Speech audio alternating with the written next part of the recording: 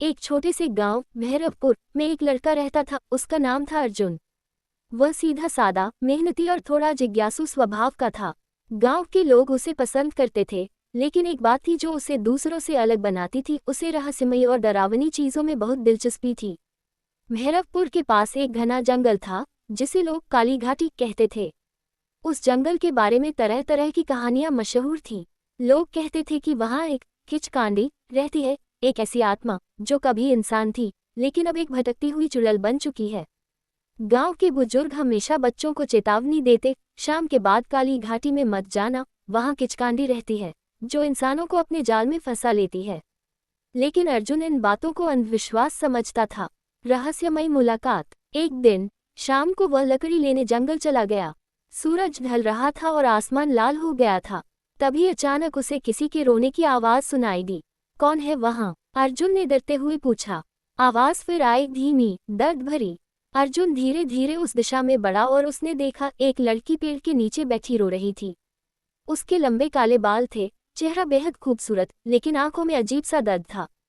तुम कौन हो? अर्जुन ने पूछा। लड़की ने धीरे से सिर उठाया और बोली, मेरा नाम काव्या है, मैं रास्ता भटक गई हूँ।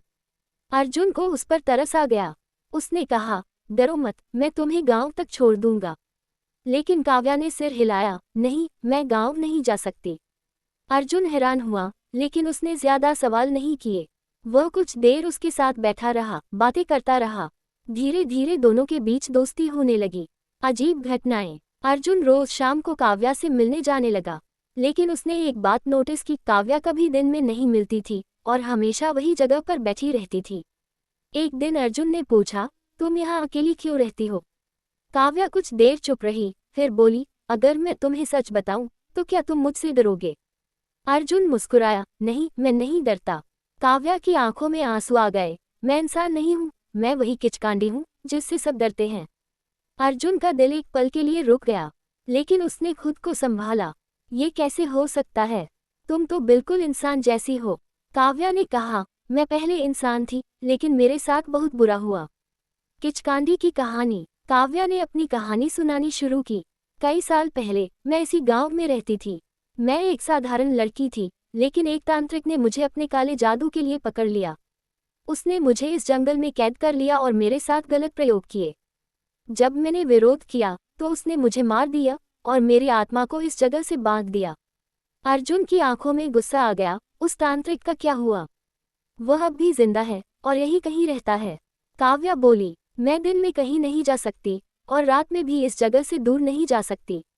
मैं बस एक भटकती हुई आत्मा हूँ। अर्जुन को उस पर दया आने लगी। धीरे धीरे उसकी भावना दोस्ती से बढ़कर कुछ और बनने लगी। प्यार की शुरुआत। अर्जुन ने काव्या से कहा, मैं तुम्हें इस कैद से आज़ाद करूंगा। काव्या ने हंसते हुए कहा, ये इतना आसान नहीं है, उस तांत्रिक ने मेरी आत्मा को मंत्रों से बांध रखा है। लेकिन अर्जुन ने हार नहीं मानी। वह गांव के एक बूढ़े साधु के पास गया। साधु ने उसकी बात सुनी और गंभीर होकर बोले, बेटा, किचकांडी को आज़ाद करना आसान नहीं है। तांत्रिक बहुत शक्तिशाली है, अगर तुमने कोशिश की तो तुम्हारी जान भी जा सकती है। अर्जुन ने दृढ़ता से कहा, मैं डरता नहीं, मैं उससे बचाऊंगा। साधु ने उसे एक ताबीज दिया, ये ताबीज तुम्हारी रक्षा करेगा, लेकिन ध्यान रखना, तुम्हें तांत्रिक का सामना करना होगा। तांत्रिक से सामना। एक रात अर्जुन काली घाटी के अंदर गहराई में गया। वहां उसे एक टूटी फूटी कुटिया दिखाई दी। अंदर से अजीब मंत्रों की आवाज आ रही थी। वह धीरे से अंदर गया और उसने देखा एक बूढ़ा तांत्रिक काले कपड़ों में बैठा कुछ जादू कर रहा था। कौन है? तांत्रिक गरजा। अर्जुन आगे आया, मैं काव्या को आज़ाद करने आया हूँ। तांत्रिक जोर से हंसा, वो अब मेरी है, उसकी आत्मा हमेशा मेरे नियंत्रण में रहेगी। अर्जुन ने ताबीज को कसकर पकड़ा, मैं उसे छुड़ा कर ही जाऊंगा। तांत्रिक ने उस पर हमला किया, काले धुएं और मंत्रों से, लेकिन ताबीज ने अर्जुन को बचाया। अर्जुन ने हिम्मत नहीं हारी और तांत्रिक के पास रखे उस पत्थर को ढूंढ लिया जिसमें काव्या की आत्मा बंधी थी। जैसे ही उसने उस पत्थर को तोड़ा, एक तेज रोशनी फैली। मुक्ति और अंत। काव्या की आत्मा आज़ाद हो गई। वह धीरे धीरे अर्जुन के सामने प्रकट हुई, अब पहले से भी ज्यादा शांत और सुंदर। तुमने मुझे आज़ाद कर दिया, उसने कहा। तांत्रिक गुस्से में चिल्लाया, लेकिन उसकी शक्ति खत्म हो चुकी थी। वह वहीं गिर पड़ा। काव्या ने अर्जुन की ओर देखा, अब मैं इस दुनिया में ज्यादा देर नहीं रह सकती, मुझे जाना होगा। अर्जुन की आंखों में आंसू आ गए। क्या तुम मुझे छोड़कर चली जाओगी? काव्या मुस्कुराई, प्यार हमेशा साथ रहने का नाम नहीं होता, कभी कभी छोड़ने का भी होता है। उसने अर्जुन का हाथ पकड़ा और धीरे धीरे हवा में विलीन हो गई। अंतिम याद। अर्जुन हर दिन उस जगह जाता था जहां वह काव्या से मिला था। अब वहां कोई नहीं था, लेकिन उसे हमेशा ऐसा लगता था कि कोई उसे देख रहा है, उसकी रक्षा कर रहा है।